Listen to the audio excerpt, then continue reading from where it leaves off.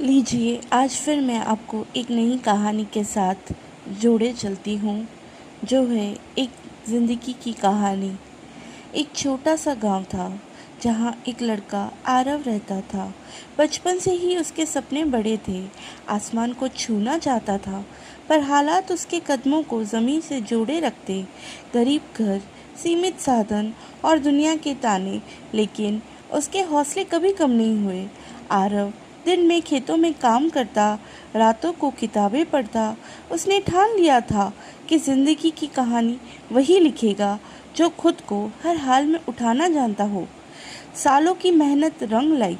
उसने एक परीक्षा भी पास कर ली और शहर में नौकरी भी मिल गई। अब वो अपने गांव के बच्चों को भी पढ़ाता है। ज़िंदगी की ये कहानी हमें यह सिखाती है, रास्ते मुश्किल होंगे, लेकिन अगर इरादे मजबूत हो तो मंजिल ज़रूर मिलती है। आरव अब शहर में नौकरी कर रहा था, लेकिन उसका दिल अब भी अपने गांव में बसता था। वहाँ के बच्चों की आंखों में वही सपने थे जो कभी आरव ने देखे थे, पर हालात अब भी वैसे ही थे। एक दिन आरव ने फैसला किया, अब मुझे सिर्फ अपने लिए नहीं, औरों के लिए भी जीना है। उसने अपनी सैलरी से गांव में एक छोटा सा ज्ञान केंद्र खोला। वहाँ बच्चे मुफ्त में पढ़ने आने लगे। आरव खुद हर रविवार गांव जाता और बच्चों को पढ़ाता, उन्हें मोटिवेट करता। धीरे धीरे गांव में बदलाव आने लगा। एक लड़का इंजीनियर बना, एक लड़की डॉक्टर बनी। गांव वालों को अब भरोसा होने लगा कि शिक्षा ही किस्मत बदली जा सकती है। एक बार एक बुजुर्ग ने आरव से कहा, बेटा, तूने हमारी ज़िंदगी की दिशा ही बदल दी। आरव मुस्कुराया और बोला, मैंने कुछ नहीं किया है, बस खुद को नहीं भूला। इस कहानी से हमें यह शिक्षा मिलती है, जब हम अपने सपनों को पूरा करके दूसरों के लिए भी रास्ता बनाते हैं, तभी ज़िंदगी सच्चे मायनों में सफल होती है। उसी कहानी जिसमें आरव ने अपने गांव वालों के लिए इतना कुछ किया, उसी का अब मैं नेक्स्ट पार्ट आपको सुनाती हूँ। ज्ञान केंद्र अब पूरे जिले में प्रसिद्ध हो चुका था। आरव का सपना फल फूल रहा था, लेकिन इसी बीच उसकी ज़िंदगी में अनवी की एंट्री हुई। एक सामाजिक कार्यकर्ता जो शहर से गांव आई थी, लड़कियों की शिक्षा पर काम करने। पहली मुलाकात में ही दोनों के विचार मिल गए। आरव की सादगी और समर्पण ने अनवी को बहुत प्रभावित किया, और अनवी की तेज सोच और नरमी ने आरव के दिल को छू लिया। धीरे धीरे नज़दीकियाँ बढ़ने लगी। आरव ने पहली बार खुद को किसी के साथ खुलकर हंसते देखा। दोनों मिलकर गांव के बड़े बदलाव लाने लगे। लड़कियों के लिए computer class, sanitary hygiene awareness और स्कॉलरशिप फंड। लेकिन बदलाव लाना आसान नहीं था। गांव के कुछ पुराने विचार वाले लोग विरोध में खड़े हो गए। लड़की को इतना आगे क्यों बढ़ा रहे हो? आरव और अनवी साथ में काम क्यों करते हैं? झूठी बातें, अफवाहों के दबाव में, लेकिन दोनों डटे रहे। एक रात गांव की पंचायत ने आरव को बुलाया और कहा, या तो ये लड़की यहाँ से जाए या तुम। फिर आरव ने पंचायत को देखा, फिर पूरे गांव को, जिनमें कहीं कहीं वही थे जिनके बच्चों का भविष्य उन्होंने संवारा था।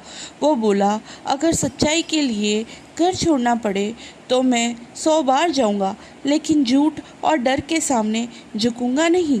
मैं और अनवी किसी गलत राह पर नहीं है, हम सिर्फ बदलाव की बात करते हैं। अगर ये गुनाह है तो मैं हर दिन इसे दोहराऊंगा। कुछ पल को गांव में सन्नाटा छा गया, लेकिन तभी भीड़ में से एक बुजुर्ग उठे, वही जिनके पोते को आरव ने पढ़ाकर इंजीनियर बनाया था।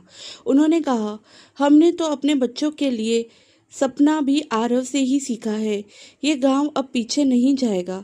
धीरे धीरे लोगों ने आरव का साथ देना शुरू किया। पंचायत झुक गई, विरोध करने वाले चुप हो गए, और वहीं अनवी की आंखों में आंसू थे, गर्व के।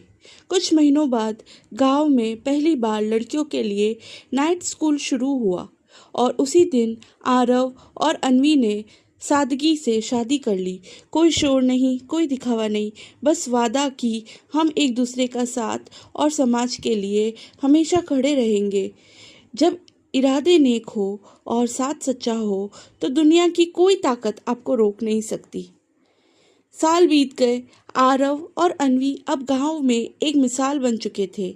उनका एक बेटा हुआ, नाम रखा नील। नील बचपन से ही तेज पर कुछ अलग था। उसे किताबों से ज़्यादा कला और संगीत में दिलचस्पी थी। जहाँ आरव चाहता था कि नील सामाजिक बदलाव की मशाल थामे, वहीं नील अपने गीतों और कहानियों से दुनिया बदलना चाहता था।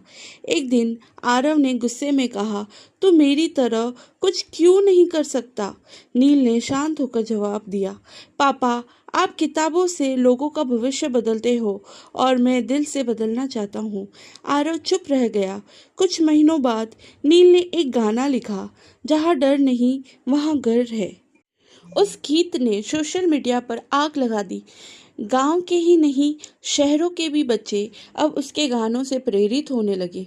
अन्वी बोली, आरव, जिस तरह तुमने एक रास्ता चुना था, अब नील ने भी अपना रास्ता चुन लिया है। क्या फर्क पड़ता है रास्ता कौन सा है, अगर मंजिल समाज की भलाई है। आरव की आंखें नम हो गई। उसने नील को गले लगाया और कहा, माफ कर दे बेटा, अब मैं तुझसे सीखूंगा। इस कहानी से यह शिक्षा मिलती है कि हर पीढ़ी का अपना तरीका होता है दुनिया को बेहतर बनाने का। हमें बस विश्वास रखना चाहिए और प्यार से साथ देना चाहिए। फिर नील की कला अब देश भर में पहचानी जाने लगी थी। वो गांव की पहचान बन गया था।